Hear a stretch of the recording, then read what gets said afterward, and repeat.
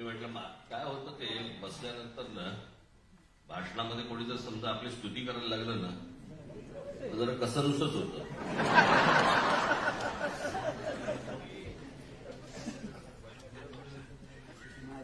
पण सर्वांची भाषणं अप्रतिम झाली, अप्रतिम.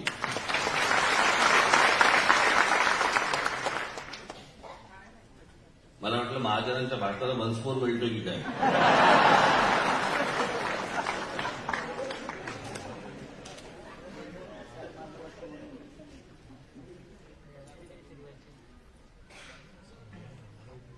आज 23 तारीख. आता गेल्या 20 तारखेला माझ्या शस्त्रक्रियेला 2 महिने पूर्ण झाले. म्हणून मी आल्या आल्या पहिल्यांदा महाराजांपाशी गेलो, दर्शन घेतलं आणि तुम्हाला मी व्यवस्थित चालतं हे पण दाखवलं.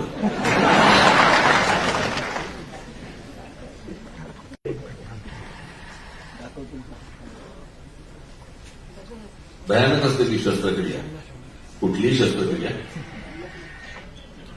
खरं तर मला त्याच्या अगोदर मला एक छोटा कट देऊन त्यांनी ते तिथे काहीतरी हाडामध्ये काहीतरी इंजेक्ट करतात, त्या पंक्चर करतात आणि मग तो काहीतरी ब्लड फ्लो सुरू होतो वगैरे वगैरे. ते केलं होतं बरोबर. त्याच्यानंतर माझी फिजिओ सुरू झाली, त्याच्यानंतर माझा पाय दुखायचा बंद झाला, सगळं व्यवस्थित झालं आणि बरोबर वर्षभरानंतर परत मला दुखायला लागलं. परत मला चालायला त्रास व्हायला लागला. म्हणून मी डॉक्टरला विचारलं, म्हटलं काय, म्हटलं परत दुखणं सुरू झालं. मला म्हणजे सगळं व्यवस्थित झालं होतं. तर काही प्रॉब्लेम असेल तर तो पहिल्या 4-5 महिन्यात व्हायला पाहिजे होता, नाहीतर आता वर्षभरानंतर होत नाही. मग मला त्यांनी विचारलं कोविड झाला होता का. म्हटलं हो. जगभरामध्ये या कोविड नंतर बऱ्याचशा हाडांचे प्रॉब्लेम्स काहीतरी सुरू झाले आणि त्याच्यामध्ये माझं ते परत कोलॅप्स झालं. तर ते ऑपरेशन करून आलो होतो. मग आता हे परत झालं. त्या दरम्यान मला एकाने विचारलं, मला कसलं ऑपरेशन. म्हटलं हिप रिप्लेसमेंट. मला हिप रिप्लेसमेंट कशामुळे. मी म्हटलं जवळच्यांनी आणि बाहेरच्यांनी इतकी वर्ष जी माझी लावली ना,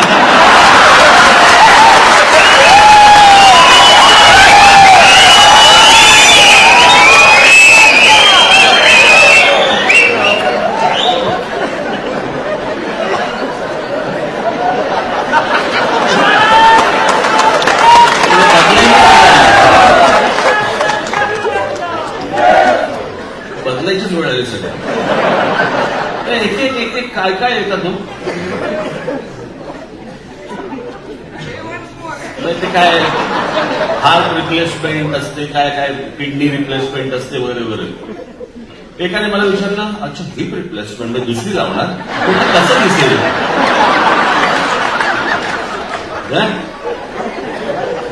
तर माझं ऑपरेशन म्हणून एखादं कोण काढून देईल.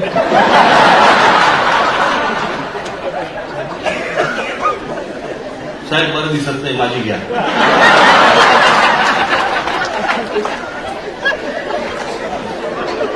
काय काय प्रश्न विचारतात.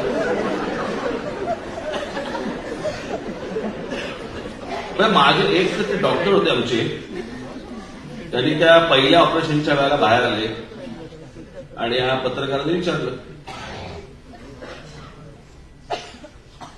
हे कुठेही खातात. एखाद्याच्या गेलेल्याच्या घरी पण जातात. काय वाटतंय, काय वाटतंय काय.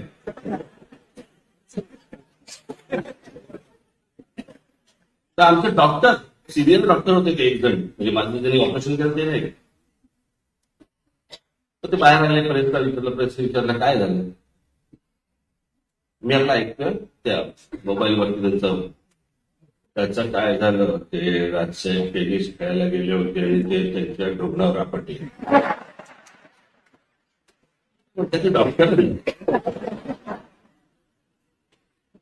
मी या वयाला जेव्हा ऑपरेशनला गेलो तेव्हा मी त्यांना भेटलो. म्हटलं ते मागच्या वेळेसारखं त्यांनी बोलू नका, मला म्हणाले, साहेब मागच्या वेळेला तर मला खरं तर गांडीवर पडले सांगितलं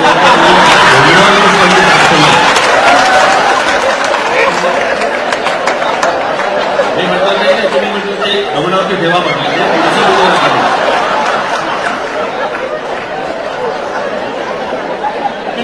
डॉक्टर ना ही काहीतरी काहीतरी बोलतात ना त्याला म्हटलं तुमच्या भाषेमध्ये म्हटलं ते बोल ना लगेच आमच्या काढायला कशाला पाहिजे.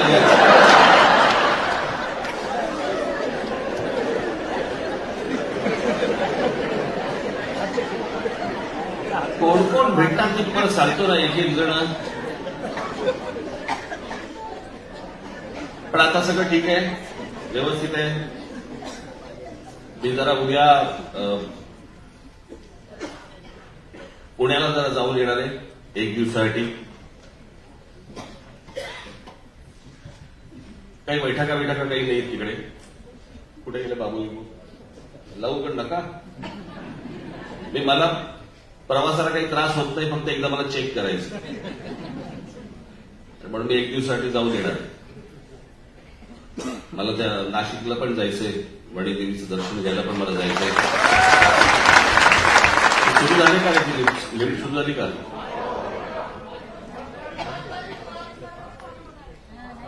तुमचा पण कोर्ट झालंय रे, पुढच्या तारखा देत आहे. मला त्या दिवशी 1 तारीख बोलला, आता 5 तारीख बोलतो.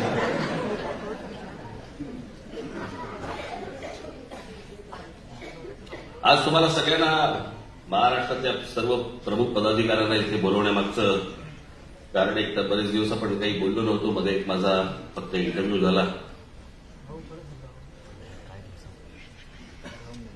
आता बाळा नांदगावकर, प्रकाश महाजन, सरदेसाई, संदीप देशपांडे यांच्या भाषणामध्ये तुम्हाला बऱ्याच गोष्टी मिळाल्या, बऱ्याच गोष्टी त्यांनी सांगितल्या.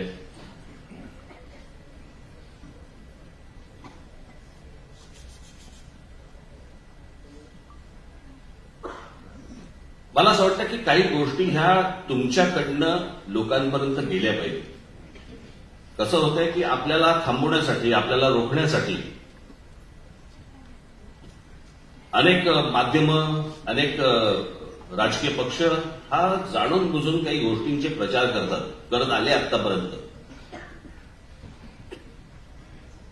आणि त्या वेळेला तुम्ही खरं तर सक्षम आहात. तुम्हाला कान आहेत, डोळे आहेत, मेंदू आहे, सगळ्या गोष्टी आहेत. पण तिकडेची उत्तरं द्यायला लागतात. त्या उत्तरामध्ये तुम्ही कधीतरी मला थांबवलेली दिसतात.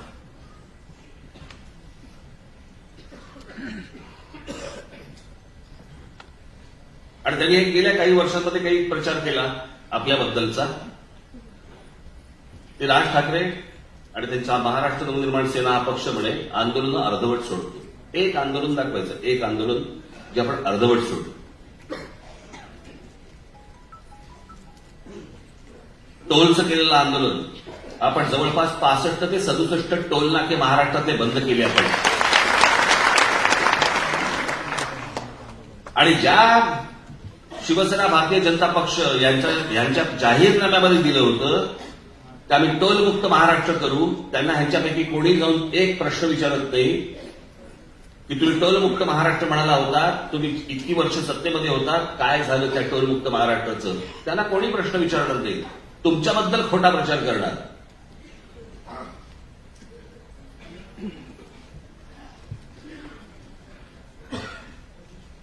मला असं वाटतं ह्या गोष्टी ज्या वेळेला तुम्हाला कुठे जिल्ह्यामध्ये, तालुक्यामध्ये, गावामध्ये, शहरामध्ये लोक ज्या वेळेला बोलतात त्यावेळेला तुम्ही हे उलट सांगितलं पाहिजे त्यांना की अरे आम्ही तर इतके टोल नाके बंद केले, तुमच्या पक्षाने काय केलं? तुमच्या पक्षाने शब्द देऊन देखील पाळला नाही. इतकी वर्ष अजूनही टोल चालू आहेत, मुंबईवरती चालू आहेत, पुण्यावरती चालू आहेत, ठाण्यावरती चालू आहेत, सगळ्या ठिकाणी चालू आहेत टोल.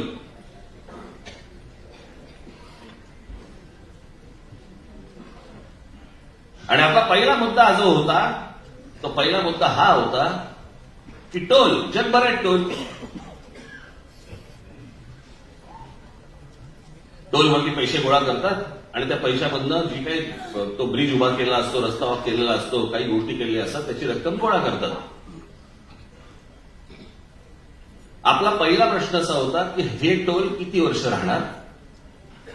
आणि दुसरा प्रश्न होता की किती पैसे गोळा होत आहेत आणि पैसे जात आहेत कुठे, कोणाकडे जात आहेत. आणि सगळी कॅश आहे. ही कॅश रोजच्या रोज जाते कोणाकडे, त्याचं पुढे होतंय काय, त्याची कुठचीही उत्तरं सरकारकडनं, कोणत्याही सरकारकडनं आजपर्यंत आपल्याला दिली गेली नाही.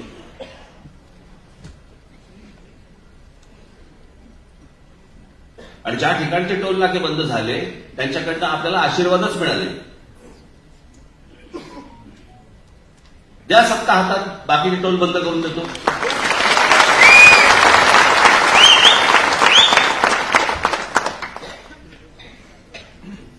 याचं कारण या सगळ्यांना या टोलवाल्यांकडनं पैसे जातात आणि म्हणून यांना बंद करायचे नाहीये. म्हणून तो विषय पण काढत नाहीत कधी आणि हे त्यांना कधी प्रश्न पण विचारत नाहीत. इतक्या पत्रकार परिषदा होतात या सगळ्या लोकांच्या, त्यांना हे प्रश्न खरं तर भन्नावून सोडलं पाहिजे त्यांना की हे तुम्ही टोल बंद करणार बोलला होता, त्याचं काय झालं, त्यांना कोण नाही विचारणार. आणि मग त्यांचे सगळे छोटे लोक हे आपल्याबद्दलचा प्रचार करणार.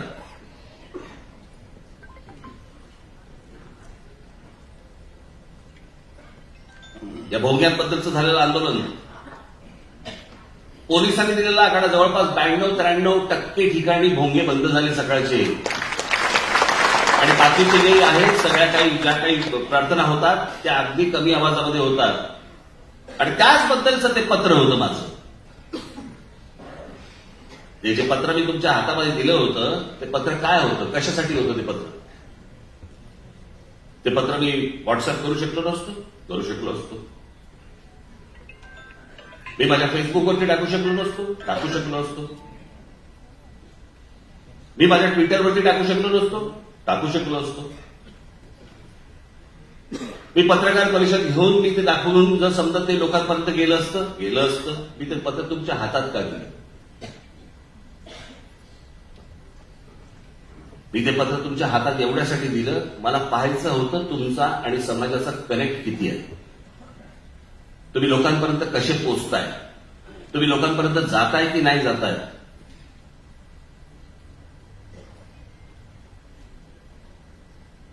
आज असंख्य महाराष्ट्र सैनिक आहेत आणि असंख्य महाराष्ट्र सैनिक सांगतायत आम्हाला की आमच्या पदाधिकाऱ्यांकडनं आमच्यापर्यंत लेटर आलं नाही तर आम्ही पोहोचवलं असतं.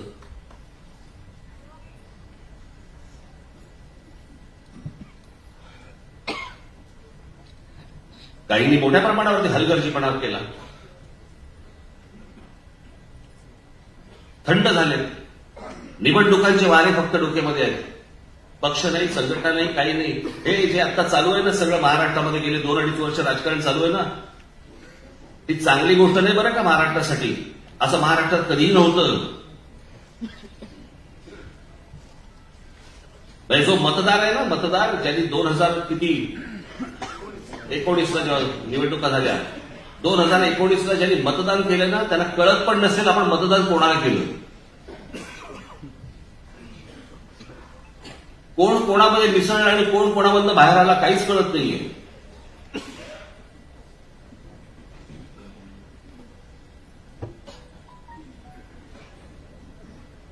आणि हे जर समजा तुम्हाला वाटत असेल की हे खरं राजकारण, हे राजकारण नव्हे, ही तात्पुरती आर्थिक ऍडजस्टमेंट, सत्तेची ऍडजस्टमेंट. हे त्याशी माझ्या मुलाखतीमध्ये मी सांगितलं ना. त्या मुलाखतकारांनी मला विचारलं की भुजबळांचं बंड, नारायण राणेंचं बंड, शिंदेचं बंड आणि तुमचं बंड. म्हटलं माझं बंड लावू नका त्याच्यात. हे सगळेजण गेले, हे एका पक्षात गेले आणि सत्तेत गेले. या तुमच्या राज ठाकरेने स्वर्गीय माननीय बाळासाहेबांना भेटून त्यांना सांगून मी बाहेर पडलेलो आहे.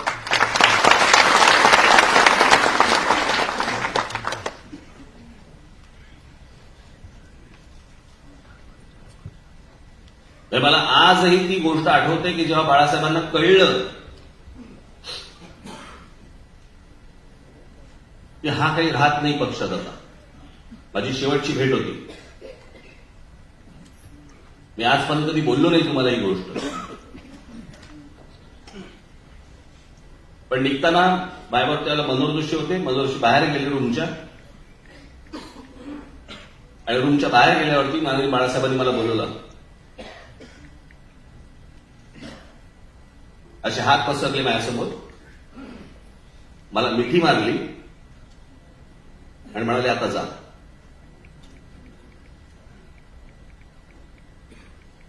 त्यांना समजलं होतं.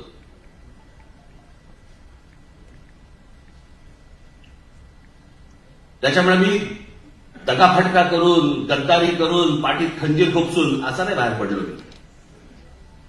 आणि बाहेर पडून दुसऱ्या कुठच्याही पक्षात नाही गेलो. तुमच्या विश्वासावरती पक्ष उभा केला.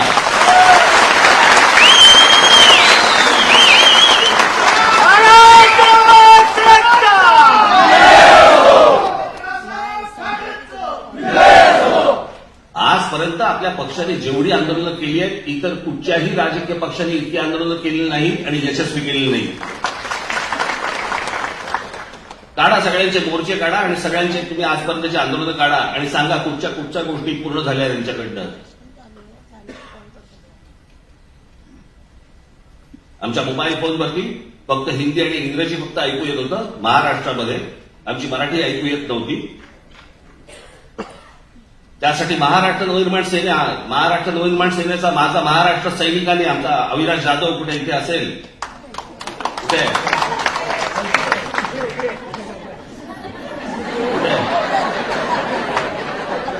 आहेस ना, माझं भाषण चालू असताना थळला असा आवाज आला ठाण्यामध्ये. आणि दुसऱ्या दिवशी मला त्या सगळ्या ते जेवढे मोबाईल फोनवाले जेवढे आहेत त्यांच्याकडनं पत्र आली की आम्ही लवकरात आम्ही मोबाईल फोनमध्ये मराठी लवकरात आणतोय. म्हटलं लवकरात लवकर नाही, एक आठवडा देतो.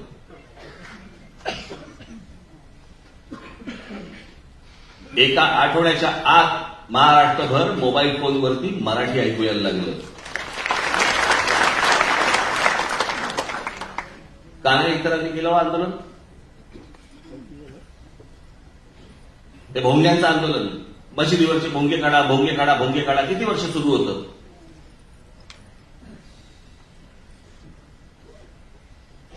आपण या भोंग्यांना आपण पर्याय दिला. एक तर तुम्ही भोंगे काढा, नाही तर तुमच्या समोर येऊन आम्ही हनुमान चालीसा म्हणू. सगळ्यांनी भोंगे काढायला सुरुवात केली. आज अनेक मुस्लिम समाजातले लोक देखील सांगतात की ते बरं वाटतं आता का झाला.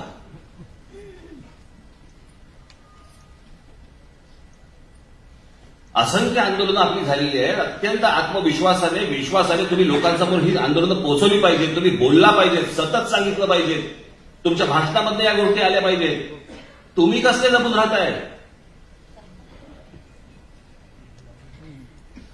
अरे तुम्ही छाती ठोकपणे समोर जायला पाहिजे महाराष्ट्राच्या आणि सांगायला पाहिजे की आम्ही जेवढं आजपर्यंत महाराष्ट्रासाठी केलेलं आहे दुसऱ्या कुठच्या पक्षाने करून दाखवलंय आजपर्यंत आम्हाला सांगा तरी. सत्तेचा बाजार नुसता उभा करायचा आणि महाराष्ट्रासाठी काही नाही करायचं.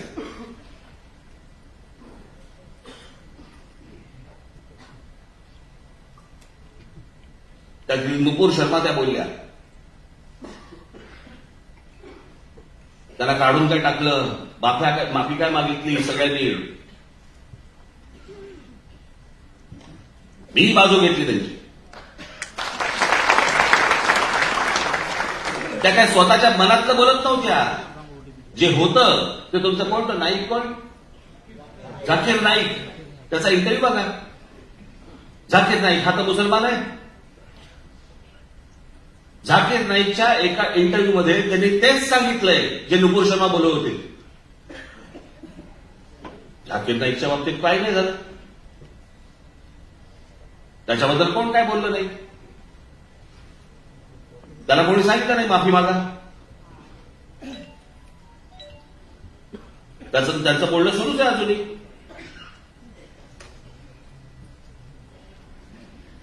प्रश्न असा आहे की हरामखोर दोन भाऊ ते ओवेसी, त्यातला एक जण आमच्या देवतांबद्दल, देवी देवतांबद्दल बोलतो.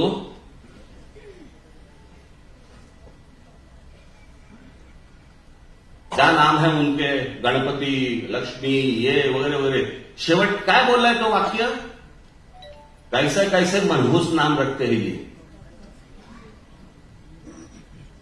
आमच्या देवी देवतांचे नावं काय, मनहूस. त्याला कोणी माफी मागायला नाही सांगणार या देशात. या देशात चांगले मुसलमान देखील झाले आहेत.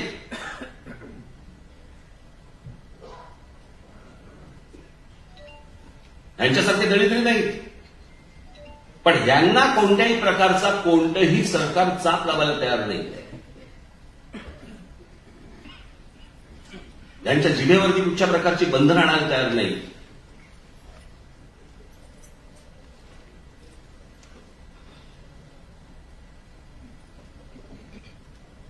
कोण आपले कवी इक्बाल, सारे जहां से अच्छा.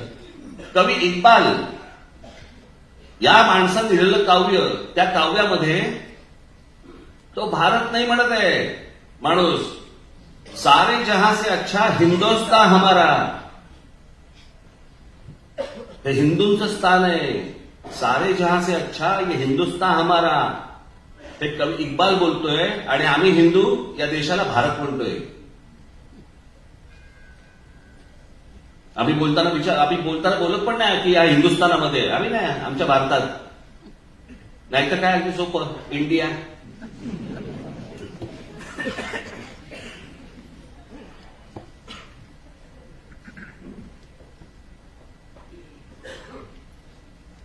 एवढ्या घटना, एवढ्या गोष्टी आज इथे घडतायत, पण कोणी गांभीर्याने घ्यायला तयार नाही.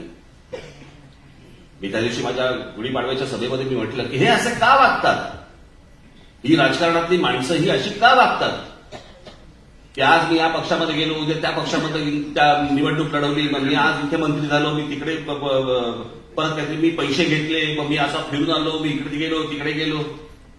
ते असं का होतंय? कोणाला तरी वाटलं म्हणून तरी पक्ष बदलला.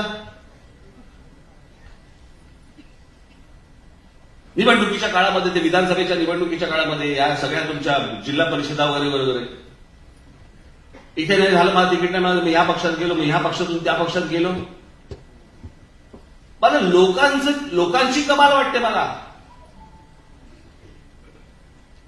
मला महाराष्ट्रातल्या, देशातल्या जनतेची कमाल वाटते की त्याच्यानंतर तुम्ही ह्यांना मतदान करता.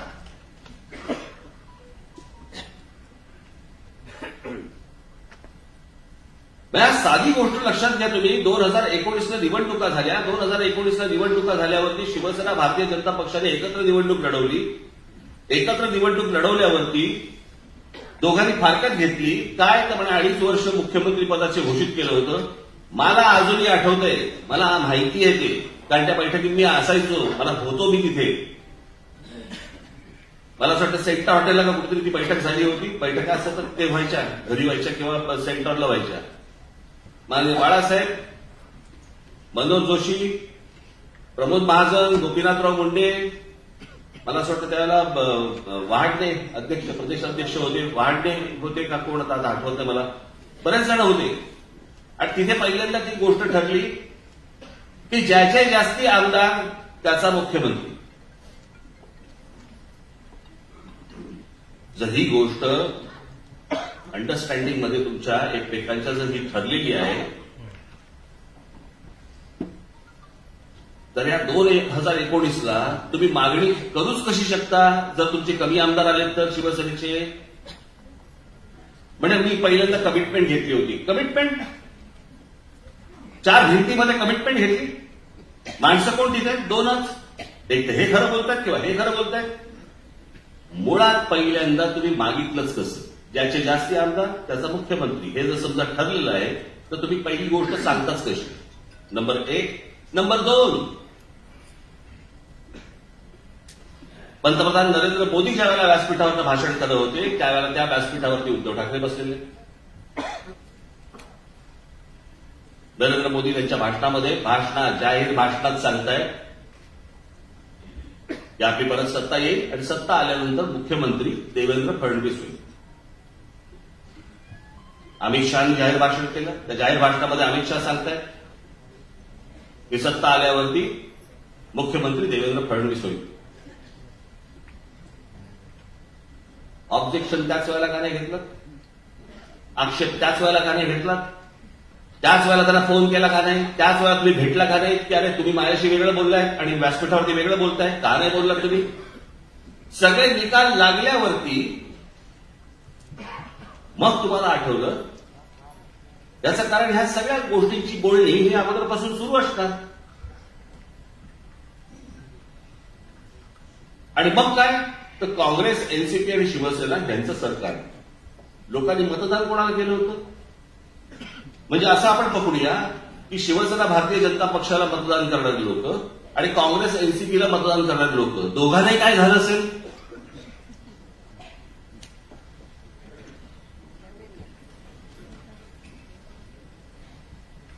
काँग्रेस एनसीपीच्या लोकांना वाटत असेल की शिवसेना भाजप नको म्हणून आम्ही तुम्हाला मतदान केलं, तुम्ही त्याच्यावर केला. आणि शिवसेना भाजपच्या मतदारांना वाटत असेल की अरे आम्ही तुम्हा दोघांना मतदान केलं, तुम्ही काँग्रेस एनसीपी बरोबर गेलात. ते नकोत म्हणून आम्ही तुम्हाला मतदान केलं आणि तुम्ही त्यांच्याबरोबर जाता. ही हिंमत होते कशी? ही हिंमत त्याचमुळे होते ज्या वेळेला लोक या गोष्टीला शासन करत नाहीत, जनता यांना शिक्षा करत नाही की आम्ही तुम्हाला मतदान करणार नाही, तुम्ही आमच्या मताची किंमत केली. आम्ही 2-2 तास रांगेमध्ये उभे राहतो आणि 2-2 तास रांगेमध्ये उभे राहून आम्ही तुम्हाला मतदान करतो आणि ते मतदान केल्यानंतर तुम्ही आमच्याशी प्रतारणा करता. ते लोक जोपर्यंत या महाराष्ट्रातली जनता जोपर्यंत ठरवत नाही ना तोपर्यंत महाराष्ट्राच्या नशिबी हे असंच राहणार. काही राजकारणाचा आणि एकूण जगण्याचा काही कशाला काही संबंध नाहीये. खरं तर राजकारण इतका गंभीर विषय आहे, इतका गंभीर विषय आहे की त्याला आपण म्हणजे आता तो आत्ताच्या ह्यांच्या भाषेमध्ये, आत्ताच्या सरकारच्या भाषेमध्ये आपण त्याला खेळाचा दर्जा दिलाय.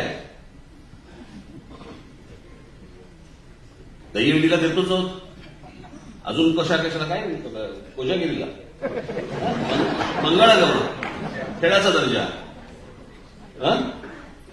खरं तर लग्न झाल्या म्हणजे त्याला हात घालून खेळाचा दर्जा.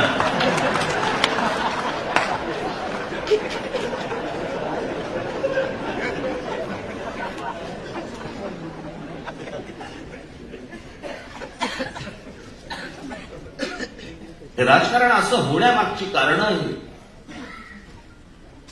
काय सांगा तुम्ही आता? विसरमध्ये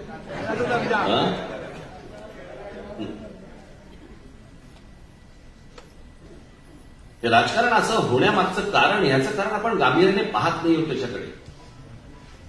अवानो, राजकारण हा इतका गंभीर विषय की माझ्या समोर भगिनी बसलेल्या आहेत माझ्या. तुमच्या घरी सकाळी येणार पाणी हे महानगरपालिका ठरवते. तुमच्या घरी येणारं दूध त्याचा भाव काय असावे हे राज्य सरकार ठरवतं. त्या राज्य सरकारमधलं ते मंत्रिमंडळ ठरवतं. तुमच्याकडे येणारी साखर याचा भाव हे राज्य सरकार ठरवतं. तुमच्याकडे येणारी वीज, या विजेचे पैसे किती असावेत, काय असावेत हे राज्य सरकार ठरवतं. हे सगळं सरकार जर समजा ठरवत असेल तर त्या सरकारला ज्याला आपण निवडणुका म्हणतो आणि ज्या निवडणुकांमधनं लोक आतमध्ये जातात आणि जे सरकार चालवतात ते आपण इतकं फालतू समजतो.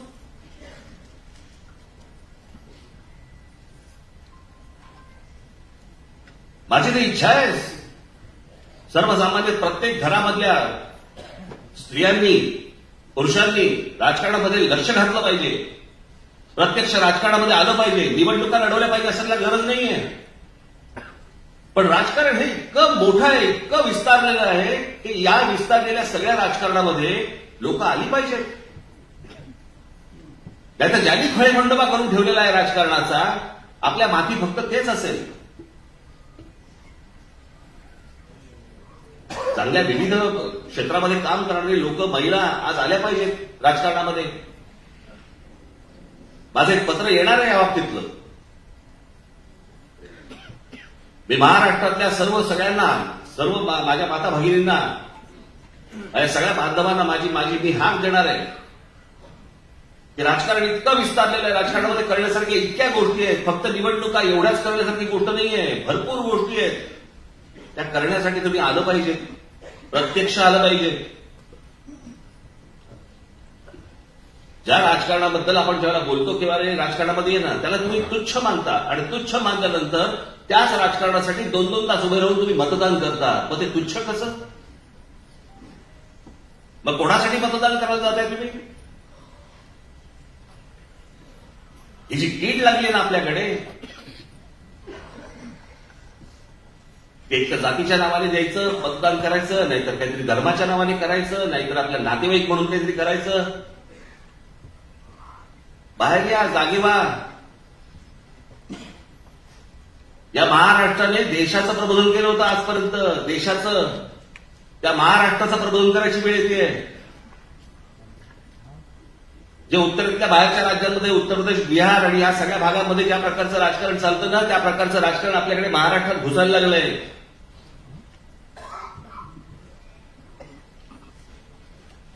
या सगळ्या राजकारणाला लोकांनी जाब विचारला पाहिजे. ज्यावेळेला मतं मागायला येतील ना, त्यावेळेला जाब विचारले पाहिजेत. ते काय करतात तुम्ही? या कोणालाही प्रश्न विचारायचे नाही, प्रश्न विचारायचे आम्हाला. आणि हे ज्या प्रकारचं स्लो पॉइझन जे आतमध्ये पसरवतात ना लोकांमध्ये, मला असं वाटतं की त्या तिथल्या तिथे तुम्ही छाटणं गरजेचं आहे, बोलून छाटणं गरजेचं आहे. त्याच्यासाठी तुम्ही सतर्क असणं गरजेचं आहे. मी माझ्या भाषणामध्ये काय बोलतो, माझ्या मुलाखतींमधनं काय बोलतो, माझ्या पत्रकार परिषदांमधनं मी काय बोलतो, त्याचे मुद्दे तुम्ही काढले पाहिजेत. ते मुद्दे तुम्ही सतत बोलत राहायला पाहिजेत, त्याचा प्रचार करत राहायला पाहिजे. आंदोलन केलं, राज ठाकरे बोलले, आंदोलन उभं राहिलं, आंदोलन संपलं, झालं, सगळं विसरले, रोजच्या कामाला लागले. असं जर समजा होणार असेल तर परत परत परत परत परत परत किती वेळ करायचं, किती वेळ सांगायचं? आणि जर समजा तुम्ही प्रमुख पदांवरती जर समजा आहात तर त्या पदाची तुम्हाला शान राखली पाहिजे. ज्या पदावरती तुमची पक्षाने नेमणूक केलेली आहे त्या पक्षाचा आदर तुम्ही केला पाहिजे. जे तुमच्या बरोबरचे, जे तुमच्या आपल्या बरोबरचे जे सहकारी आहेत, या सगळ्या सहकाऱ्यांना तुम्ही काहीतरी सांगितलं पाहिजे, काहीतरी दिलं पाहिजे. तुम्ही पण त्यांच्यातले जर समजा होणार असाल आणि वाद घालत बसणार असाल, कसं होणार हो? जर सांगा मला. बाकीच्या राजकीय पक्षांमध्ये हे धुडगूस चालू असेल तर धुडगूस चालू दे. मी या आपल्या पक्षामध्ये हे चालू देणार नाही.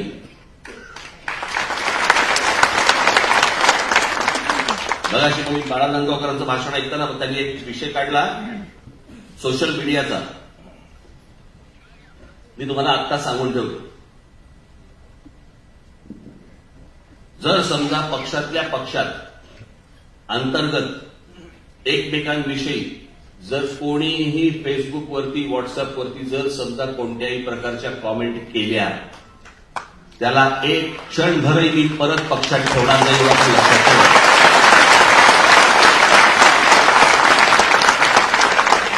तुमचे चोचले मी खूप पुरवले आजपर्यंत, झालं तेवढं खूप झालं. तुम्हाला तुमचं काम जर सांगायचं असेल तर त्या माध्यमाचा उपयोग करा, पण तुम्हाला एकमेकांची गुणीधुणी जर काढायची असतील त्या माध्यमावरती काढून तर बघा. आणि जर असं कोणी काढलं असेल तर ते माझ्यापर्यंत पोहोचलं पाहिजे. हर्षल देशपांडे आहेत, सचिन मोरे आहेत किंवा इतर आमचे पक्षातले आपले नेते आहेत, त्यांच्यापर्यंत ते पोहोचलं पाहिजे, माझ्यापर्यंत ती गोष्ट आली पाहिजे. आज निवडणुका तोंडावरती कधी होतील मला माहिती नाही. अगं अगं म्हशी हेच चालू आहे आता.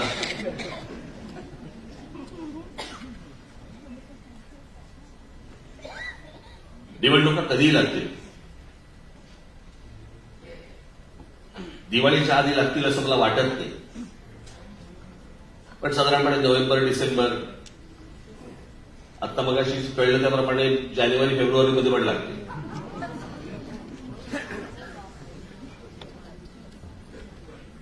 हा जो सगळा मेस झाला ना, सगळा चिखल झालाय ना, त्याचं कारण विचारणारे कोण नाही, बोलणारे कोण नाही, राग व्यक्त करणारे कोण नाही, की हे काय चालू आहे. 2 वर्ष आता किती 2 झाली, आता त्याला किती वर्ष झाली लॉकडाऊन संपून, अजून तेच चालू आहे. आता जिल्हा परिषद आणि पंचायत समित्या पुढे ढकलल्या गेल्या.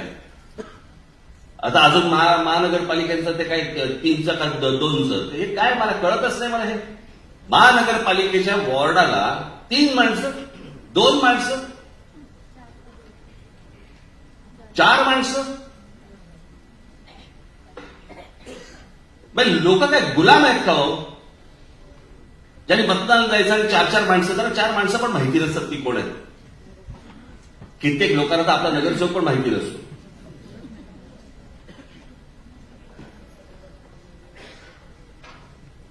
पण ह्या 4 माणसांचे तुम्ही मतदार काय निवडणुका करताय, त्यांचे काय प्रभाग काय करताय, त्याच्यामध्ये निवडणुका लढवायच्या, कोणी तो भाग बघायचा कोणी, आणि त्याच्यामध्ये कामं होत नाही.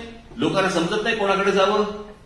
मग ह्यांनी करायला घेतलं की हा विरोध करतो, त्यांनी करायला घेतले की तो विरोध करतो. हे कुठचं राजकारण चालू आहे? याचं कारण लोक जाब विचारत नाहीयेत की हे काय चालू आहे, कोणतं राजकारण चालू आहे. नाही तर आम्ही बहिष्कार टाकतो निवडणुकीवरती, आम्ही मतदाराला येणार नाही. एकदा लोकांनी ठरवणं गरजेचं आहे, जनतेने ठरवणं गरजेचं आहे. खेळ मांडलाय नुसता, गृहीत धरलंय लोकांना, गृहीत. आपण काही केलं, 4चा प्रभाग करा, 3चा करा, नंतर 2चा करा, नंतर 1चा करा. लोक येतील, मतदान करतील, जातील कुठे? मग त्याच्यामध्ये पैसे वाटायची सुरुवात करायची.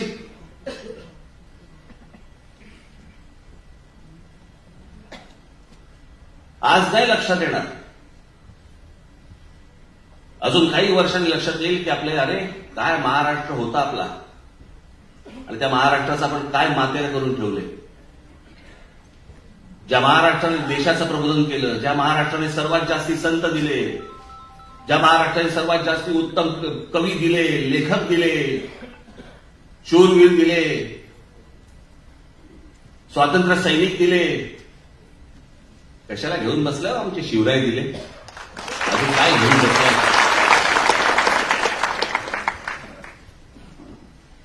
आहे का कोणाच्या वाट्याला, कुठच्या तरी राज्याच्या वाट्याला आहे का हे सगळं? आम्हाला आमच्या लोकांची, मोठ्या लोकांची किंमतच नाही आम्हाला.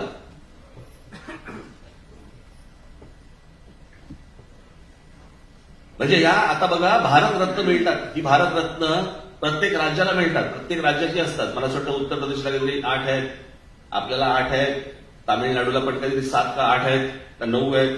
प्रत्येक राज्याला काय काय भारतरत्न मिळत असतात, इकडची कोण व्यक्ती असते. महाराष्ट्राला 8 भारतरत्न आहेत. हे 8 भारतरत्न कोण आहेत, कोण माणसं आहेत ही? धोंडो केशव कर्वे, विनोबा भावे, पावा काणे, डॉक्टर बाबासाहेब आंबेडकर, लता मंगेशकर, सचिन तेंडुलकर, भीमसेन जोशी, रतन टाटा, जे.आर.डी. टाटा. हे 8 भारतरत्न महाराष्ट्राला. या 8 भारतरत्नांपैकी 4 भारतरत्न ही एकट्या दापोलीतली आहेत.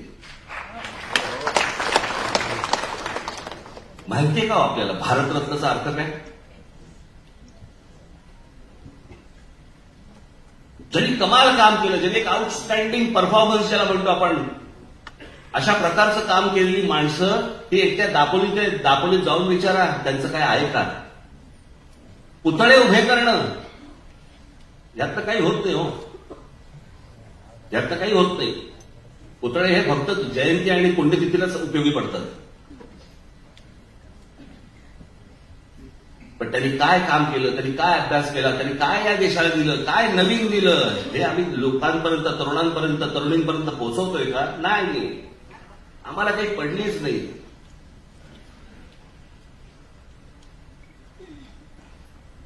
आम्ही रोजच्याच विवंचनेमध्ये इतके गुरफटून गेलेलो आहोत की आमच्याकडे कोण मोठी माणसं झाली आणि का मोठी माणसं झाली, आम्हाला काही देणं घेणंच नाही.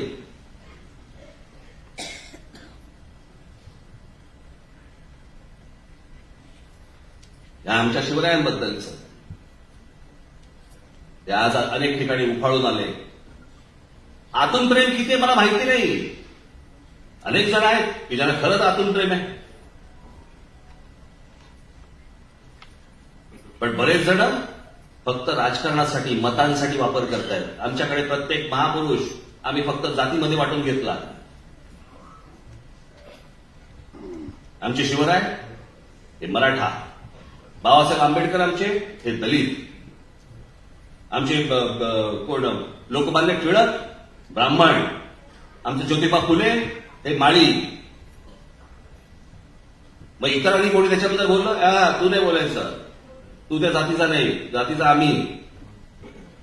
ही अवस्था केली आपण.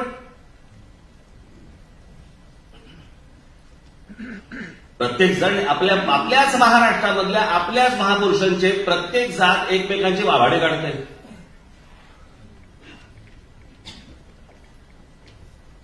आणि ह्याचं कारण तुम्हाला वेगवेगळं ठेवायचंय. सगळ्यांना तुम्हाला वेगवेगळं ठेवायचंय. या अख्ख्या सगळ्यांचं जी वाईट नजर सगळी आहे ना, ही महाराष्ट्रावरती आहे. की इतकी वर्ष हा महाराष्ट्र, की त्याशी माझ्या मुलाखतीमध्ये सांगितलं ना, की वारसा कुठचा असतो? वारसा हा वास्तूचा नसतो, वारसा हा विचारांचा असतो.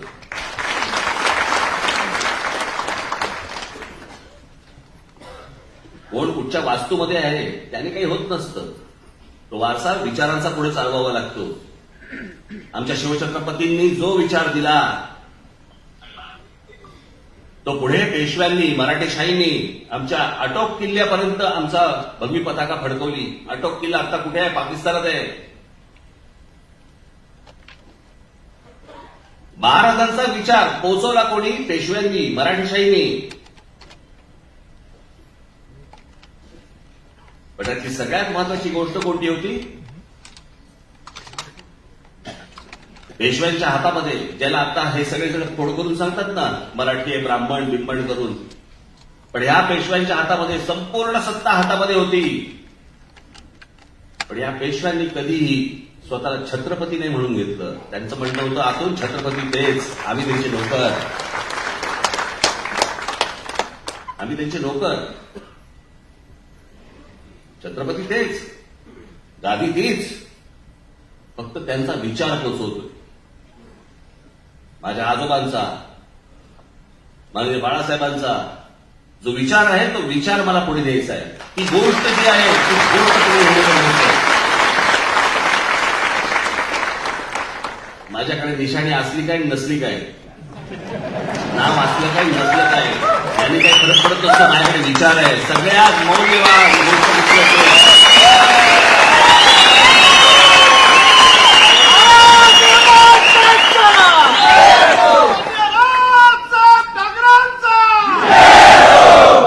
बाकीचं सगळं सोडा, पण त्या बाबतीत मी श्रीमंत आहे.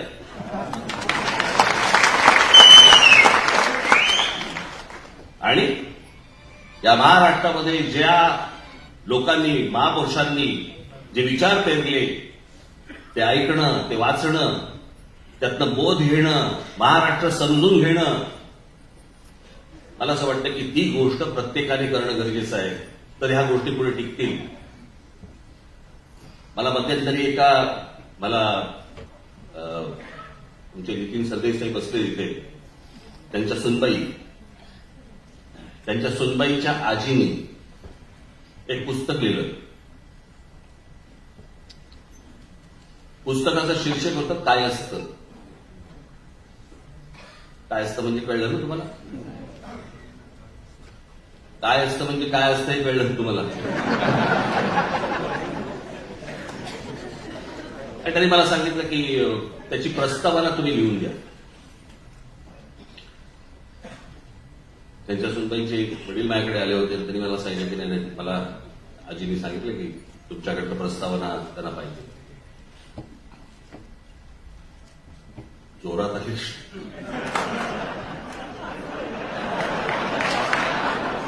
जा म्हणतात तिथे खारोळ करायचं तर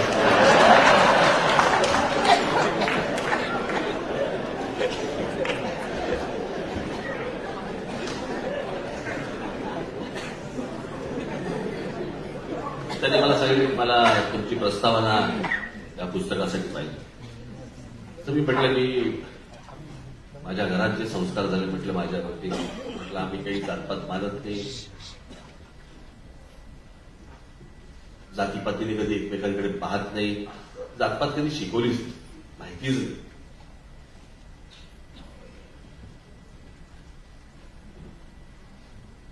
पण नाही म्हणत तरी पण तुम्ही रस्त्यावर कधीच मी ते पुस्तक चालेल, आपण जरूर ते पुस्तक वाचा. ज्याच्यामध्ये काय असतं, समाजामध्ये कोणकोणत्या रूढी परंपरा काय काय गोष्टी असतात, त्याच्यामध्ये खाद्यपदार्थ कोणते असतात, ते बनवायचे कसे, काय काय गोष्टी असतात, कुलदेवता कुठची, आडनावं कुठची, सगळ्या गोष्टी त्या एका पुस्तकामध्ये दिलेल्या होत्या. आणि ते पुस्तक मी पाहिलं आणि म्हणून मी प्रस्तावना लिहिली.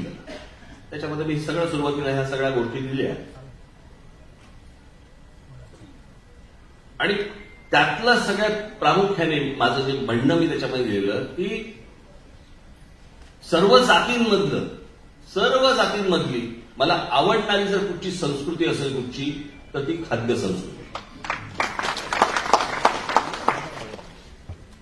आणि म्हणून त्या प्रस्तावनेचा शेवट मी केला होता की ज्याला आपण मध्यंतरी बोललो नाही का मी, हिंदू म्हणजे काय, आपण सर्वजण हिंदू आहोत. पण या देशामधला हिंदू हा फक्त हिंदू मुसलमान दंगलीत हिंदू असतो. तो 15 ऑगस्ट 26 जानेवारीला तो भारतीय होतो. चीनचं आक्रमण झालं की त्याला समजतच नाही की आपण हिंदू आहोत का भारतीय आहोत का कोण आहोत. बरं, चीनच्या पदार्थांवरती किंवा कुठच्या गोष्टींवरती बहिष्कार टाकायचा ठरला तर रात्रीची गाडी बंद होते. रात्री आल्यावरती खायचं काय, अशा तो भलत्या विवंचनित असतो. त्यात बाहेर आला की तो मराठी होतो, पंजाबी होतो, बंगाली होतो, तामिळ होतो, गुजराती होतो, सगळं होतं. मराठी झाला की तो ब्राह्मण होतो, मराठा होतो, काय माळी होतो, अजून कोणत्या जातीचा होतो. आणि मग त्या जातीत न बोलताना, खास करून तुमच्याकडे असे नाही, या सेक्शनकडे जरा जास्ती असतं, एखादा पदार्थ केला मला ठेवा तुमच्याकडनं एखादं वाक्य सांगून ठेवतो. एखादा पदार्थ केला की तो पदार्थ केल्यानंतर चाखल्यावरती आमच्याकडे जरा थोडा वेगळ्या पद्धतीचा पदार्थ होतं की नाही, तो आमचा म्हणजे कुठचा, त्या आमच्यात एक जात असते. आता जर इथे जर समजा आपण असू, साधी गोष्ट लक्षात घ्या, 10 समजा दाम्पत्यांचं लग्न झालं आपल्याकडे, तर 10 विविध देवांना जातात, बरोबर की नाही. आणि एवढी सगळ्या गोष्टी असून देखील आपण हिंदू आहोत, कारण हिंदू ही संस्कृती आहे. म्हणून आजपर्यंत 1000 वर्ष झाली आपण पारतंत्र्यामध्ये होतो. तो मोहम्मद आला, गजनीचा मोहम्मद आला, अल्लाउद्दीन खिलजी आला, मोगलांचं राज्य आलं, ब्रिटिश आले, पोर्चुगीज आले, सगळे आले. आपण आपले संस्कार नाही कधी विसरलो. आपल्या संस्कारावरती कुठच्याही गोष्टीवरती आक्रमण नाही झालं, कधीच नाही झालं, कधी होऊन पण दिलं नाही. आजही आपल्या महिला साडी नेसतात, कुंकू लावतात, मंगळसूत्र घालतात. जे सण आपले साजरे होतात ते सण त्याप्रमाणे साजरे होतात. हे जर नुसताच धर्म असता तर कधीच संपला असता. ही संस्कृती आहे म्हणून इतकी वर्ष ती टिकली. आणि मला असं वाटतं की ह्या गोष्टीमध्ये मी त्या प्रस्तावनेमध्ये शेवटी लिहिलंय की माझी इच्छा आहे की महाराष्ट्रामधल्या प्रत्येक जातीतल्या प्रत्येक आजीने आपल्या समाजाबद्दलचं असं पुस्तक लिहिलं पाहिजे. कोणते खाद्यपदार्थ आहेत, कोणते, कारण नवीन येणाऱ्या मुलींना माहितीच नाहीये.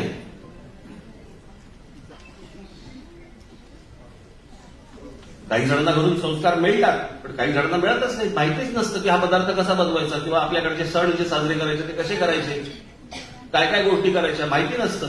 मला असं वाटतं की ह्या गोष्टी तुमच्याकडनं होणं गरजेचं आहे. मी खरंच सांगतो, मगाशी जे मी म्हटलं ना की राजकारणामध्ये करण्यासारख्या प्रचंड गोष्टी आहेत. समाजामधल्या वेगवेगळ्या क्षेत्रामध्ये काम करणाऱ्या, वेगवेगळ्या क्षेत्रामध्ये पुढे आलेल्या अनेक महिलांनी, पुरुषांनी राजकारणामध्ये सहभाग घेतला पाहिजे, राजकारणामध्ये आलं पाहिजे, राजकारणातली विविध अंग सांभाळली पाहिजे.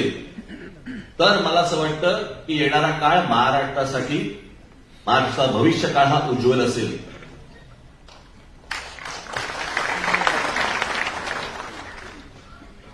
आज ज्या निवडणुकांना आपण सामोरे जाणार आहोत, अत्यंत हिमतीने, अत्यंत ताकदीने या सगळ्या निवडणुका आपल्याला सगळ्यांना लढवायच्या, एवढं लक्षात ठेवा.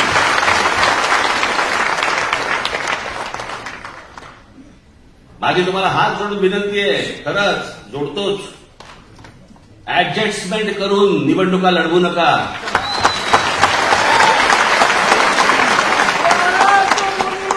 नुसतेच लाचार होऊन निवडणुका लढवू नका. शून्य किंमत राहील, शून्य किंमत तुम्हाला.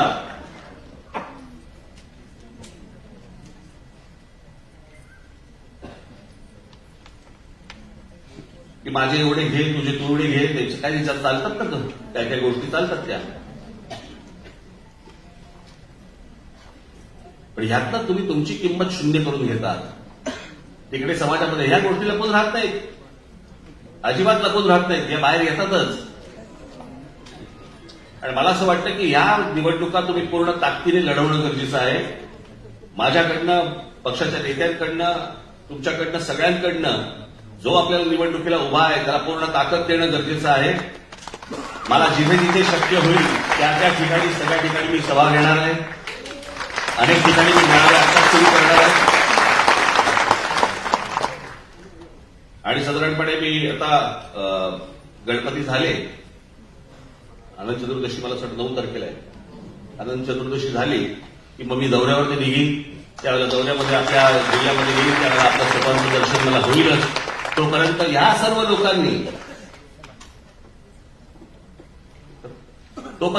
सर्व लोकांनी जे जे तुम्हाला सांगितलेलं आहे की कशा प्रकारे काम करायचंय, कशा प्रकारे आपण निवडणूक लढवायची, त्यासाठी कोणकोणत्या गोष्टी आपल्याला करायला पाहिजेत, त्या गोष्टी सगळ्या तुमच्याकडनं व्हायला पाहिजे. आज मी तुम्हाला अजून एक मोठं काम तुम्हाला सगळ्यांना देणार आहे.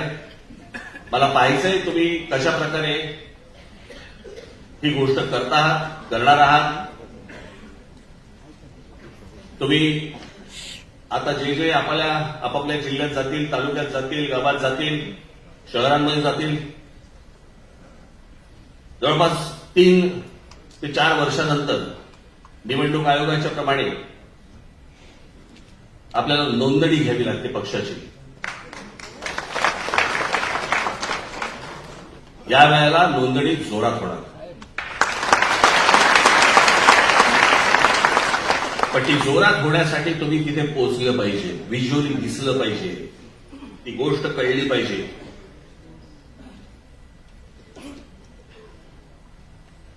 जिथे मंदिरं असतील, जिथे कॉलेजेस असतील, जिकडे मॉल असतील, मार्केट असेल.